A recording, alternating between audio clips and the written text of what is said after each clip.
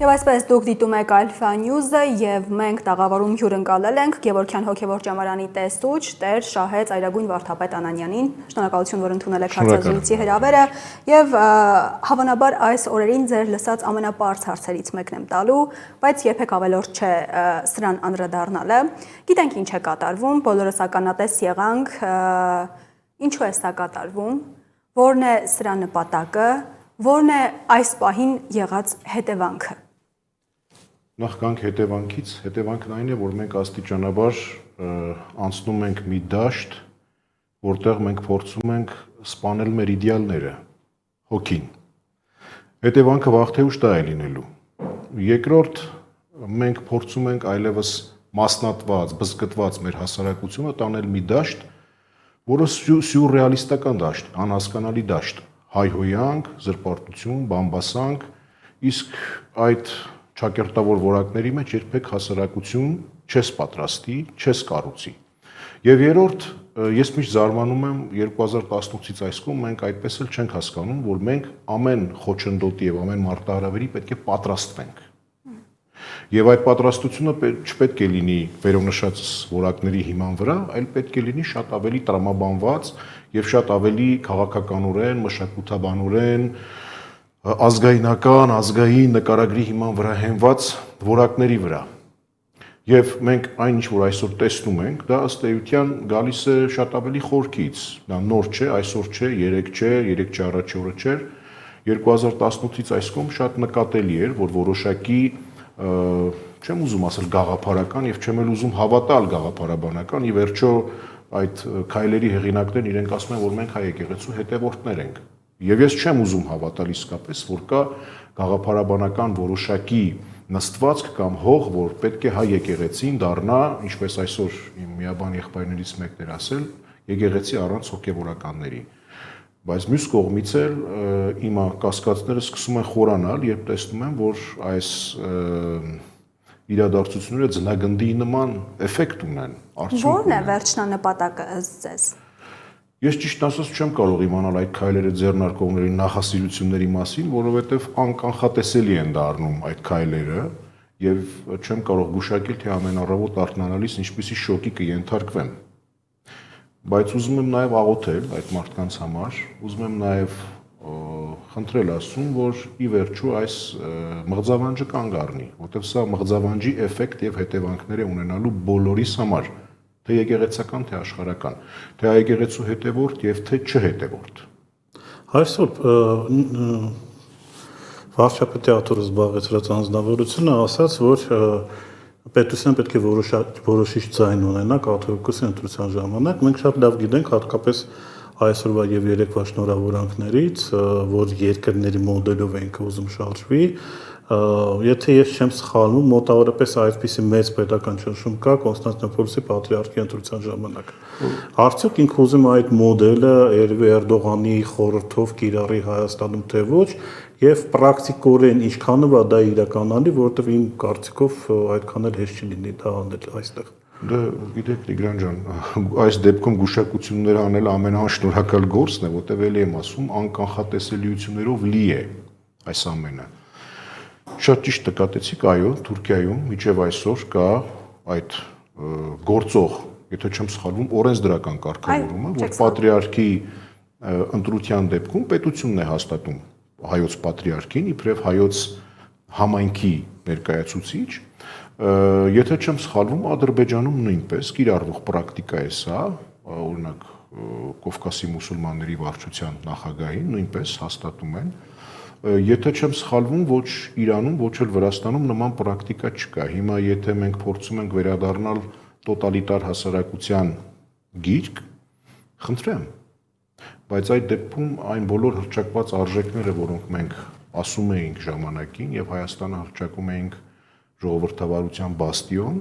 դատապարտված են հայտնվելու պատմության եւ ժամանակի աղբարկղում, որովհետեւ ես տարիներ առաջ նշել էի Facebook-ում, հեղափոխություն առանց արժեքների դատապարտված է պատմության աղբարկղում հայտնվելու։ Հիմա եթե մենք արժեքները փոխում ենք եւ պետությունը որոշիչ ձայն է ունենում եկեղեցու պետի ընտրության հարցում, ստացվում է այնպես, որ մենք անում ենք նույնը, ինչ անում էին Ստալինը եւ կոմունիստները տոտալիտար ռեժիմի ժամանակ, ինչ փորձում էր անել Հիտլերը, ինչ փորձում էին անել մյուս դիկտատորները այլ երկրներում, եւ եթե այդպիսի ցանկություն կա, ուրեմն մենք պետք է նաեւ փորձենք հասկանալ, թե ինչ է ասում Սփյուռքը, իսկ Սփյուռքը այս դեպքում վստահաբար չի համաձայնվելու այդ քայլի հետ, որովհետեւ նախ եկեղեցու կանոնական տեսանկյունից դա կոպիտ խախտում է, կոպտագույն խախտում է, եւ երկրորդ ազգային եկեղեցական ժողովում որոշակի համամասնություն կա 70, 30, 60, 40 աշխարհիկների եւ հոգեվորականների արդեն ինքնին կաթողիկոսի ընտրությունը ժողովրդավարական կարգով է կատարվում։ Պրակտիկորեն ես ուզում եմ հասկանամ, ինքը ինչ կարող է հայտարարել, ենթադրենք Էջմիածինը օրենքից դուրս հայտարարի կամ չգիտեմ վռնդի, ենթադրենք այդ կառույցները Հայաստանի տարածքից կամ Ուկրաինայի մոդելի նման փորձի ինչ որ Ուկրաինայի մոդելը բացառեք, ինչ որ Էջմիածին ստեղծի, բացառեք Ուկրաինայի մոդելը։ Ցանկությունը կա, հա մենք տեսնում ենք իր մոդելը, բայց պրակտիկորեն դա ինչքանով է իրականալի։ Ես իբրև հոգեվորական առաջին քայլը, որ պիտի անեմ եւ իմ առաքելությունն է դա, նախ իր համար աղոթելն է, որ փոխվի, որ այս ատելությունը, որը ոչ մեկիս պետք չէ, եւ այդ ատելությունը բոլորիս խժռող մի չար որակ է, չար ուռուցք է։ Ատելությունը ընդհանրապես մարդուն ներսից քանդում է եւ պետք չէ ընդհանրապես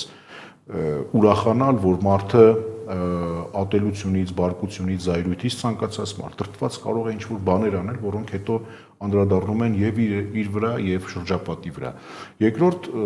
ամեն բան կարող են անել։ Իհարկե, եթե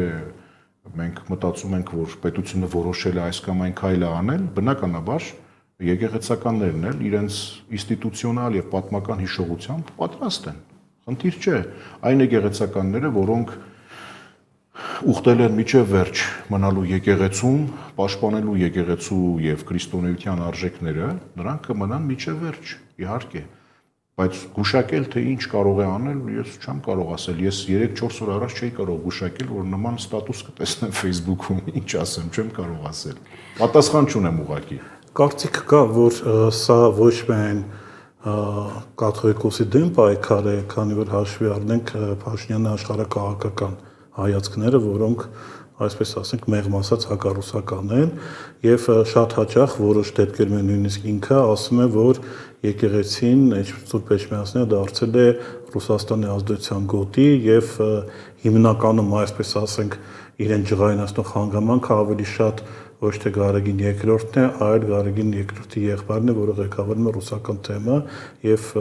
մարտիկ կան Նիկոլի շրջապատից ասել են, որ հիմնական պայքարը դրա դեմ է։ Ինքը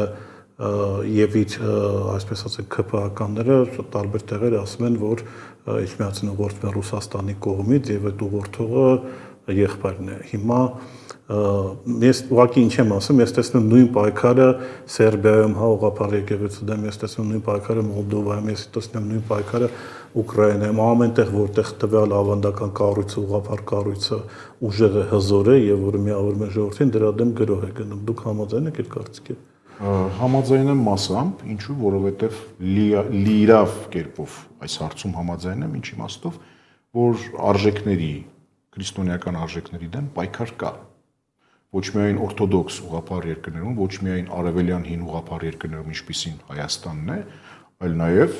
ինչու ոչ կաթոլիկ երկրներում։ Քրիստոնեական արժեքների դեմ կա պայքար եւ հատկապես պայքարի սլակներ ուղղված են այն կառույցների դեմ, որոնք ունեն եւ միավորող եւ պահպանող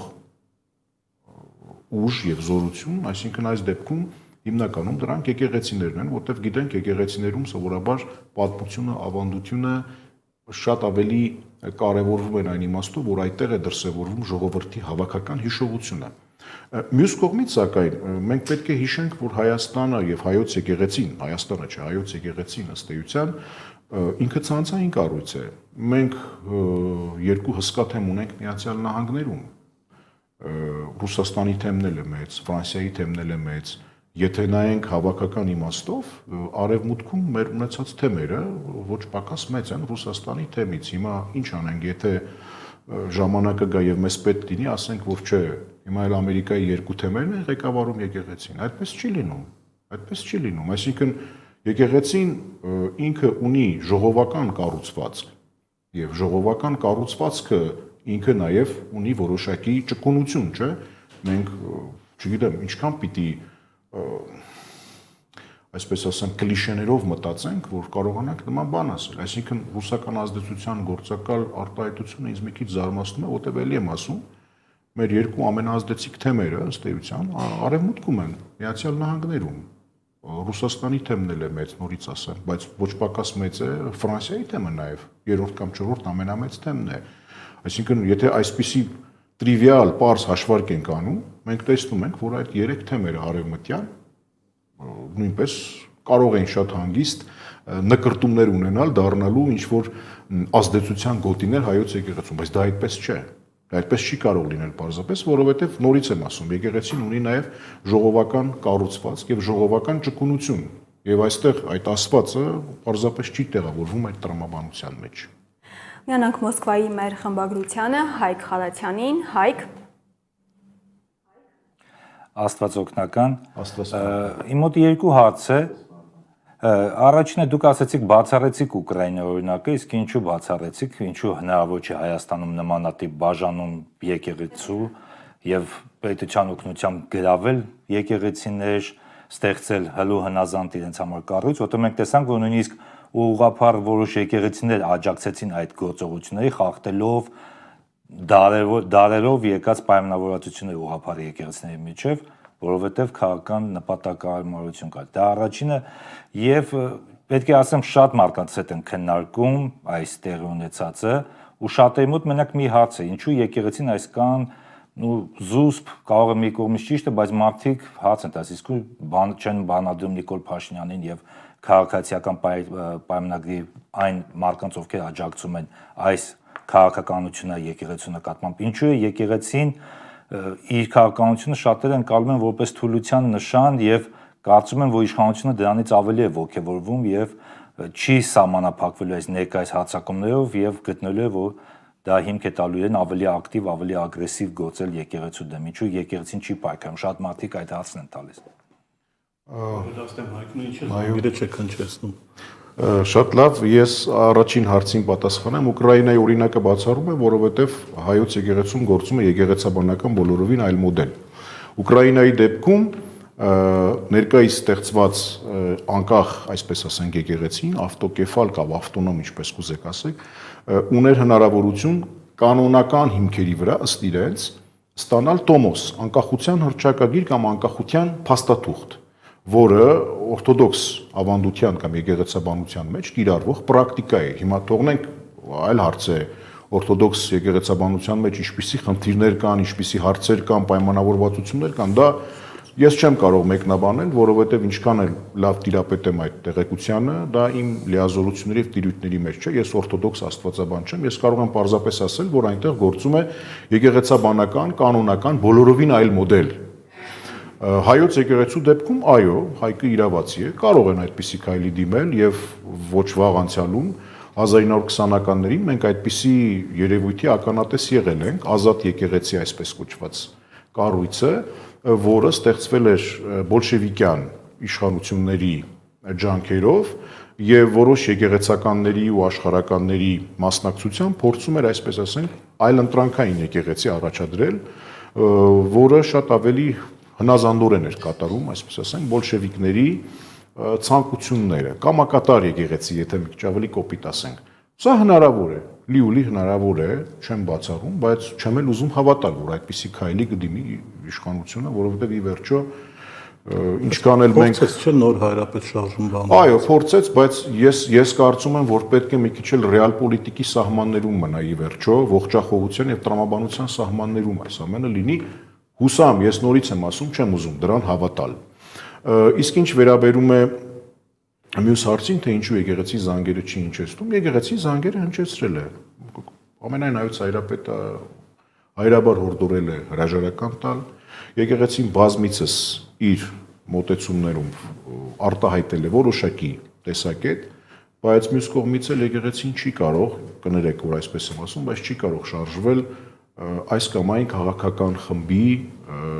նախասիրություններից ելնելով։ Ես ինչպես քիչ առաջ նշեցի, եկեղեցին ունի ժողովական կառուցվածք։ Եվ այդ ժողովական կառուցվածքը արտահայտում է եկեղեցու տարբեր թեմերի, եկեղեցու տարբեր շերտերի կարծիքները։ Եկեղեցում էլ իհարկե կան տարբեր տեսակետներ, չէ՞, բայց այդ տեսակետները ի վերջո զուգադրվում են, քննարկվում են, խաչաձևում են, խաչվում են եւ ստեղծվում մեկ ընդհանուր տեսակետ։ Ես շատ հեռու եմ այն մտքից, որ եկեղեցու տեսակետը պետք է լինի կոշտ, պետք է լինի շատ այսպես բանադրողական եւ այլն, նրանք պետք է հասկանանք ինչ է բանադրանքը կամ նզովքը։ Եվ բանադրանք եւ նզովք, ես գիտեմ, մլեին են, հա, վերջին անգամ Չէ, նզովել 10-րդ դարին, հա։ 19-րդ դարում են եղել բանադրանքներ, Այսինքն եւ բացատրելուց հետո ասեք, այլ ինչ պետք է անեն Հայաստանի իշխանությունները, որ հասնեն այդ աստիճան։ Նայեք, նզովքը եւ բանադրանքը միշտ լինում են հասցեական եւ անձնական, անհատին է ուղղված։ Միակ դեպքը, որ նզովքը կարող է լինել ոչ հասցեական, այսպես ասենք, խմբին, դա աղանդի, հերձվածի կամ հերետիկոսության դեպքում է։ Երբ որ մի ամբողջ խումբ պոկվում է եկեղեցուց, օրինակ 1840-ականներին Մատթեոս պատրիարքը Կոստանդնուպոլսի, որ հետո դարձավ Մատթեոս առաջին, այդպիսի մի բանադրանք կամ նզով կանեց, ավելի շատ բանադրանք այն խմբի դեմ հավատացյալների եւ նրանց պարագլուխների, որոնք հետո դարձան հայավետարանական եկեղեցի։ Լավ։ Հիմա այս դեպքում մենք նման մոտեցում չենք կարող որդեգրել, որտեղ ի վերջո նաև եկեղեցին իր գործողությունների մեջ ելնում է այն պարզ քրիստոնեական ընկալումից, որ ամեն մարդ կարող է մի օր արթնանալ եւ ապաշխարել։ Հետևաբար եկեղեցին չի կարող ամբողջությամբ դռները փակել եւ ասել, որ կտրել ենք այս մարդուն եկեղեցու մարմնից եւ դրել ենք մի կողմ։ Բանը դրված մարդու ինչ կարգավիճակ է եկեղեցու մուտքը։ Բանը դրված մարդը, այո, ծնունդ կանուկ չեն անում, ինչ են անում։ Հաղորդությունից զրկված է եկեղեցու, այսինքն այն բոլոր արտոնությունները, իրավունքները եւ պարտականությունները, որ ունի մկրտված մարդը, եկեղեցու հետևորդը, բանադրված մարդը ժամանակավորապես, միջև որ չապաշխարի եւ կոպիտ ասենք, խելքի չգա, զրկված է այդ բոլոր իրավունքներից եւ պարտականություններից։ Նզովածը իհարկե եկեղեցու հստակ սահմանման մեջ դա կատարվում է մեծավ մասամբ ժողովի կողմից եկեղեցուն եւ նզովածի դեպքում արդեն ժամանակավորի հարց չկա։ Բայց սա սարսափելի բան է եւ ես չեմ կամենա, որ որևէ հայ մարդ դրան արժանանա եւ ես չեմ կարծում, որ եկեղեցին այսօր պետք է առաջնորդվի այդ սկզբունքով։ Եկեղեցին բոլորի մայրն է, եկեղեցուն թե արդարների, թե մեղավորների համար պետք է դռները բաց պահի, որտեղ հակառակ դեպքում մենք եկեղեցին դարձնելու ենք քաղաքական ակումբ։ Իսկ դա անթույլատրելի է։ Ես մի բան ասեմ ձեզ, Մատթեոսի ավետարանի 25-րդ գլխում Քրիստոս ասում է, որ վերջին դատաստանին, երբ դատաստան լինի, ձախ կողմում գտնվողները այծերն են լինելու մեղավորները, աչում գառները կամ ոչխարները, արդարները։ Բայց դա Քրիստոսն է ասում։ Աստված մեզ ասում է, թե այծերի, թե գառների համար հավասարապես խնամք պիտի տանեք։ Ես կգամ կորոշեմ, ով է այծ, ով է ոչխար։ Այս սկզբունքը ավետարանական սկզբունք է։ Կներեք։ Ասեցիք Տոմասի Պավլով մի հատ այսպիսի իրավիճակ, տեսեք, ռուսական եկեղեցին կրկին հեղափոխությունից հետո բոլշևիկյան կիսվեց, հա, եւ ստեղծվեց, եթե սխալվեմ, դուք ինձ կասեք Կոնստանտինոպոլոսի պատրիարխատը, Կոնստանդնուպոլսի պատրիարքության ենթակա, հա, եւ Մոսկվայի պատրիարքը։ Այսպիսի մոտավորապես բան մենք ունենք, ես էլ եմ ասում, ես հասարակ մականացու բանով եմ հարցերը տալիս, ոնց է փողոցում մարդը այսպիսի հարց է ուզում է։ Հիմա կա Կիլիկիայի թեմը, որտեղ շատ մարդիկ պատկերացնում են, որ հավասարազոր պատրիարխ է եւ ինչ որ ձևի երևի թե ինչ որ կոնկուրենցիա էլ կա, թե չկա, չգիտեմ։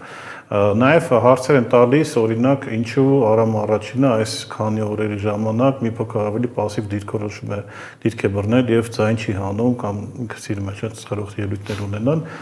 ինչ որ բան չի անում եւ նաև կրկին բամբասանքների լուրերի մասով այս դաշտ մտնենք, ասում եմ, որ նաև որոշակի ձևով Վատիկանն է շահագրգռված Հայաստանում եկեղեցի թուլացման մեջ։ Հիմա փորձենք այս անջիտակից դուրս գանք։ Գիտեք, վերջին հարցը ես չեմ ուզում մեկնաբանել, որովհետև դա ինչ որ կոնկուրենցիա կա, այսպես ասենք, էլի։ Ինչ կոնկուրենցիա պետք է լինի, այսինքն ինչի համար։ Մենք դե մի քիչ իրատեսական հայերը գնան ավելի շատ ընդեղ, քան ես ունեմ Գյումրիում տեսա, որ բավական է տենց աշխուժ բան կա։ Հնարավոր է, կան, այո, կան այդ դեպքերը, առանձին դեպքեր կարող են լինել մարդորսության կամ ձեր ասած մրցակցության, բայց դա հո ամբողջ եկեղեցուն չեն կարող վերագրել։ փաստեր են, չէ՞ պետք դրա համար։ Մենք ոչ Են հարաբերությունները կայուն են, նորմալ են։ Կայուն են, նորմալ են։ Երկրորդ հարցին գալով, անշուշտ Անտիլիասի կամ Կիլիկիո հայոց կաթողիկոսությունը միշտ էլ ասել է, որ մենք Էջմիածնի մայր եկեղեցու կողքին ենք։ Դա համացանցում տարածված ելույթ է Արամ առաջին վեհապարի, այնպես որ այստեղ նույնպես ես որևէ խնդիր չեմ տեսնում եւ ես լավ գիտեմ, որ Կիլիկիո կաթողիկոսությունը Արամ առաջինը իրենք էլ նույնպես պահանջել են հրաժարականը եւ ես չեմ հիշում որևէ լուր, որ իրենք հերքած լինեն իրենց այդ պահանջը կամ ետ կանգնած լինեն իրենց պահանջից։ Այստեղ ինչ որ կոնսպիրոլոգիական բաներ փնտրել պետք չէ, շատ հստակ է դիրքորոշումը։ Արամ առաջինը շատ հստակ խոսել էր նախկինում եւ վստահ եմ հիմա էլ դիրքորոշումը չի փոխվել եւ Գերագույն հոգեվոր խորհրդի արձանագրումը եւ հայտարարությունն էլ արդեն բոլորի համար էլ բավարար է հայ եկեղեցվով տեսակետը ներկայացնելու համար։ Այստեղ որևէ հատուկ մանրուքներ կամ ինչպես ասում են սատանայական մանրուքներ փնտրել պետք չէ ըստիս։ Միանանք Լոս Անջելես, Արթուր Սահակյանին, Արթուր, խնդրեմ։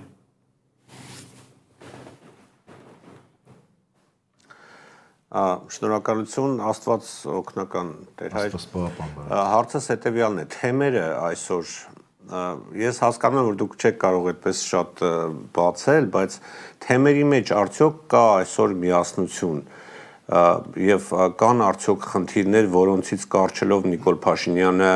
եւ իր թիկունքում կանգնած, այսպես ասենք, լավ անվանենք մութ ուժերը կփորձեն պառակտել եկեղեցին այսօր որքանով է դա հավանական, որ օրինակ, չգիտեմ, խոստանալով մեկին դարձնել կաթողիկոս կամ գիտեք, տարաձայնություններ կարող են լինել եկեղեցու ներսում, դրանք ջրի երես դուրս բերելով հնարավոր է, որ Հայաստանի, այսպես ասած, չիշխանությունները կարողանան պառակտում մտցնել եկեղեցու մեջ թեմերի մեջ։ Ես ճիշտ ասած չեմ կարող ապագան գուշակել 100-ից 100, բայց հայ եկեղեցին միասնական է եւ այդ միասնականությունը կարգավորվում է եւ երաշխավորվում է նախ եկեղեցու մշակած կանոնակարգերով եւ կանոններով։ Ցանկացած թեմի փոխհարաբերություն մայրաթուռի հետ հստակ մշակված է կանոններով, ուղեցույցներով, կանոնական դրույթներով եւ այդտեղ շատ հստակ արձանագրված են նաեւ այսպիսի դեպքերի համար որոշակի դրույթներ։ Իսկ թե ինչ կխոստանա կամ չի խոստանա Նիկոլ Փաշինյանը որևէ մեկին, նորից ասեմ, ես չգիտեմ նրա նախասիրությունների մասին, չգիտեմ նաեւ թե ինչ ծրագրեր կարող են լինել, չեմ էլ ուզում իմանալ։ Իմ գործը, նորից ասեմ, իմ գործը պարզապես աղոթելն է եւ Աստծուն խնդրելը, որ մարդիկ կարողանան իրականությունը եւ հայ ժողովրդի համար շահեկանությունը համադրել։ Դա իմ գործն է։ Իսկ թե ինչ կլինի ապագայում, ես չեմ կարող ասել, բնականաբար, բայց նորից ասեմ, թեմերի եւ մայրաթոռի փոխհարաբերությունները կարգավորվում են շատ հստակ կանոնական դրույթներով։ Պառակտում մտցնելու պարագային նույնպես մենք ունենք կաթողիկոսի ընտրության կարգ, ազգային եկեղեցական ժողով, որտեղ 400-ից ավելի падգամավորներ են լինում, եւ այդ հարցը դարերով եկած կարգավորվող ոչ միայն բանավոր, այլև գրավոր ավանդույթ է, եւ ես մի քիչ չեմ կարողանում պատկերացնել, թե ինչպես է հնարավոր պառակտում այս պարագային կամ կաթողիկոսի ընտրության միջամտություն ինչ որ մութ կամ մեզ ոչ հայտնի ձևերով։ Կդժվարանամ ասել, համենայն դեպս եկեղեցու կանոնական, իրավական կողմերը այս առումով շատ հստակ արձանագրում են թե փոխհարաբերությունները մայրաթուռի եւ թեմերի եւ թե կաթողիկոսի ընտրության կարգը։ Հարցուց ձեր թույլտվությամբ իմ հարցերը փոքրինչ այլ են լինելու, եթե դեմ չեք իհարկե։ Քաղաքական իշխանությունը Հայաստանի Հայաստանի քաղաքացիներին, որոնք նաև հայ առաքելական եկեղեցու հետևորդներն են ու ոչ միայն իհարկե, համոզում են բարբերաբար կրկնելով, որ չի լինելու պատերազմ, լինելու է խաղաղություն։ Ինչ եք տեսնում դուք։ Մի քանի ժամ առաջ էր, չէ՞ թե 22-ին էր ամենայն դեպս այդպիսի որոշում կայացվել, բայց մի քանի ժամ առաջ էլ համացանցում տեսա Փաշազադեի հայտարարությունը Ղազիաթի ստեղծման մասին։ Ես չեմ կարծում, որ այսպիսի որոշումներով եւ այսպիսի հայտարարություններով մենք գնում ենք խաղաղության։ Եթե մասնագետների համապատասխան դիմեն կառավարության իրավասու մարմինները, կհասկանան, որ եթե որևէ երկրում ստեղծվում է ղազիաթ, Կբացատրեք մեր խոսքը։ ղազիաթը դա հայերեն մենք գրափար կամ այսինքն արևմտահայերեն թեմ, բայց մի առանձնահատկություն կա։ Դատավոր, հա։ Դատավոր, ղադին կամ ղադի դատավորն է։ Այսինքն բարձրագույն իսլամի մեջ բարձրագույն հոգևոր իշխանության ներկայացուցիչի կողմից նշանակված մարդ, որը որոշակի պետության կամ տարածաշրջանի սահմաններում կարգավորում է իսլամական վարք ու բարքի եւ նորմերի համապատասխանությունը Ղուրանի եւ շարիաթին։ Իսկ շարիաթի դատավորը ավելի շատ։ Միանշանակ շարիաթով է դա առաջնորդվում ղազիաթը։ Հիմա եթե Հայաստանում ստեղծվում է, որոշում է կայացվում, որ պիտի ստեղծվի ղազիաթ, դա նշանակում է, որ բնականաբար Ալաշուկյուր Փաշազադեն, որը ըստ էության կարծում այաթոլլա էլ չի, իրավունք էլ չունի, առանձին ուղերձի ֆեթվի կամ ֆեթավի իրավունք չունի, այսինքն դա նշանակում է, որ Հայաստանի սուվերեն տարածքում պետք է գրանցվի, որքանով իմ գիտելիքներն ինձ թույլ են տալիս ասել, պետք է գրանցվի կրոնական կազմակերպություն համապատասխան, չէ, որովհետև եթե ղազիաթ է ստեղծվում, ում պիտի դատի Ալաշուկյուր Փաշազադեի ներկայացուցիչը այստեղ։ Ուրեմն սա շատ անհասկանալի իրավիճակ է ստեղծում թե իրավական, թե կրոնական, թե աշխարհակաղակական առումներով եւ մանավանդ որ արտահայտություն կա թե Երևանի կարծիքը մեզ չի հետաքրքրում։ Այո, ամենաշատը ոգևորվողը Փաշինյանի սկսած այս արշավից հենց այս Ալաշուկյուր Փաշազադեն է Բաքվի ու որը բավական ծանր լեքսիկոն է գործածել ամենայն հայոց կաթողիկոսի մասին խոսելիս եւ ընդհանրապես Հայաստանի մասին խոսելիս, Հայաստանի հողերը պատմական ադրբեջանական հող, Երևանը պատմական ադրբեջանական հող է կոչել ու սա մի մարդ է, որի շուրջ հենց Ադրբեջանում կան բազմաթիվ խայտառակ սկանդալներ ու այս մարդը հիմա ամենայն հայոց կաթողիկոսին թիրախավորում է դրան կից Հայաստանի տարածքը կոչելով պատմական ադրբեջանական հող։ Ես 2016-ից 2024 թվականներին եղել եմ Մայրաթորի միջեկեղեցական հարաբերությունների պատասխանատու։ Երևի մի 8 կամ 9 անգամ առիթ եմ ունեցել եռաչափ հանդիպման ժամանակ, այսինքն վեհապար հայրապետ, Ռուսիո պատրիարք եւ Ալաշուկյուր Փաշազադե, մոտ 2-3 ժամ այդպես մասնակցելու, տեսնելու, լսելու եւ ավելի լավ կլինի իրենք բացատրեն թե ինչու է միշտ Ալաշուկյուրի կողքին միշտ եղել, չգիտեմ որ մի ծառայության ներկայացուցիչներ կամ ներկայացուցիչ։ Սա բավական խոսուն փաստ է, ես ավելի չեմ ուզում, որտեվ հարիր չէ ի վերջո հոգևոր առաջնորդ թե ինչպես ինքն է ասում Կովկասի մուսուլմանների եւ այլն, ես չեմ ուզում վիրավորական տոն օգտագործել, բայց ավելի լավ կլինի այդ քաղաքական վերարկու կրելու որակումները ինքը մի հատ վերհիշի, նայի եւ իդեպ երբ որ ինքը Հայաստանում այսպես կոչված ղազիաթի ղեկավար է եղել Փարաքարից ոչ հեռու, ինքը մի հատ դա էլ մտածի եւ հասկանա այդ ղազիաթը ում ժամանակ է ստեղծվել, ինչ պայմանագրով է ստեղծվել, Ստալինյան որ, այսինքն այդ ղազիաթը ըստ էության, եթե նայենք զուտ կրոնի, ես չգիտեմ, ամենայն դեպս մասնագետները դա են ասում, դա արեստացին երևույթ է։ Մի բան էլ ասեմ, Ալաշուկյուր Փաշազադեն, որ այսպես խրոխտ խոսում է, ավելի լավ կանի 1993-ի փետրվարից մինչև 2020-21 թվականների ամենայն հայոց կաթողիկոսների հետ հանդիպումների ժամանակ իր ստորագրած հայտարարությունները եւ այսպես կոչված մամլո հաղորդագրությունները միատել նայի, որտեղ շատ հստակ գրված է, որ Ղարաբաղյան հակամարտությունը Հայաստանի եւ Ադրբեջանի միջև սկսված խնդիրները եւ Ղարաբաղյան հակամարտությունը չունեն կրոնական բնույթ։ Հիմա եթե ինքը այդքան սկզբունքային է, թող միատել վերանայի այդ հայտարարությունները, միատել կարդա, որովհետեւ ես ասում եմ, ես խոսում եմ ոչ իբրև լուր իմացող, ես խոսում եմ իբրև ականատես։ Չեմ ուզում ավելի փակագծեր բացել, բայց լավ կանի մի հատ նորից վերանայի այդ հանդիպումները, մի հատ էլ կարդա, հետո սկսի որակումներ տալ մարդկանց, մասնավորապես ամենայն հայոց կաթողիկոսին, քաղաքական վերարկու կրելու կամ չկրելու մասին, Հետո արդեն երևի թե, չգիտեմ, կամ կշարունակի հոխորտել, կամ էլ չի շարունակի, դա էլ արդեն իր ընտրությունն է, չեմ կարող ասել։ Այսօր ես իմ վերջին հարցը տամ, բայց ով ինչից խոսում է, ես էլի Վատիկանից եմ հաստատել, որտեղ ասացիք միջեկեղեցական խորհրդից ենք, վերջերս, հա, մինչև Հռոմի Պապի Ֆրանցիսկոսի մահանալը Վատիկանում խայտարակ ժողով եղավ Ալբանիայի ալբանական թեմաներով, հա, սա պատահական է, թե սա շարունակական բնույթ է կրելու եւ ինչ եք ձեռնարկում եւ ձեռնարկելու, որպեսզի այսպիսի բաներ այլևս այնտեղ տեղի չունենան։ Ըստ իս դա արդեն իրենք էլ Վատիկանյան կողմը ինքն էլ բացատրեց, որ դա համալսարանի, այսպես ասենք, որոշումն էր, վարձով էին տվել սրահը։ Մենք ինչպես միշտ կներեք, ես չեմ անձնավորում, կներեք Տիգրան ջան։ Ինչպես միշտ մենք միշտ փորձում ենք այդ բազմաշերտությունը մեծ եկեղեցիների դեպքում մոռանում ենք դրա եւ փորձում ենք այդ բազմաշերտության մեջ տեսնել միաշերտություն, այդպես չէ։ Ոչ Վատիկանում, ոչ Մոսկվայում, ոչ Անգլիայում, անգլիկան եկեղեցում, այն բազմաշերտ եկեղեցիներ են, հսկա եկեղեցիներ են, որտեղ գիտեք բարձրագույն պաշտոն զբաղեցնողները չեն ընկնելու նայեն թե այս կամ այս սրահում են տվել, ինչ են արել։ Բայց մյուս կողմից էլ այստեղ խաչվում են բազմաթիվ աշխարհաքաղաքական շահեր, չպետք է մոռանալ,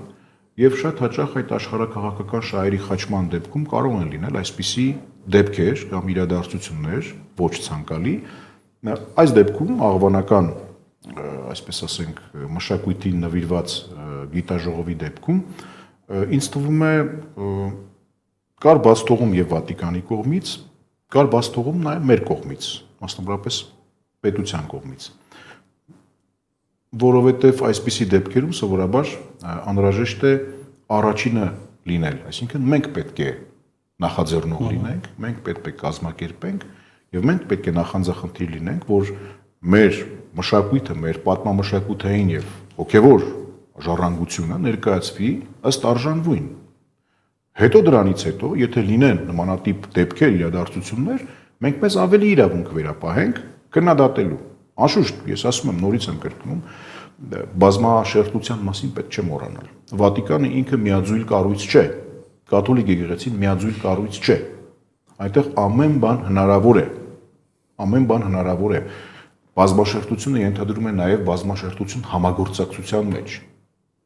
Սա վերաբերում է նաև օրթոդոքս եկեղեցիներին։ Ուրեմն այստեղ մենք պիտի հաշվի առնենք սա, իհարկե Մայրաթորը շարունակելու է իր հետևողականությունը այս հարցում, Բեռնում տեղի ունեցած գիտաժողովը դրա վառապացույցներ։ Ես վստահ եմ, որ Մայրաթորի համապատասխան գրասենյակները, ամենայն հայոց կաթողիկոսն անձամբ ինքը, մեր թեմակալ առաջնորդները ամեն բան անելու են, որ այս հարցերը բարձրաձայնվեն միջազգային հարթակներում,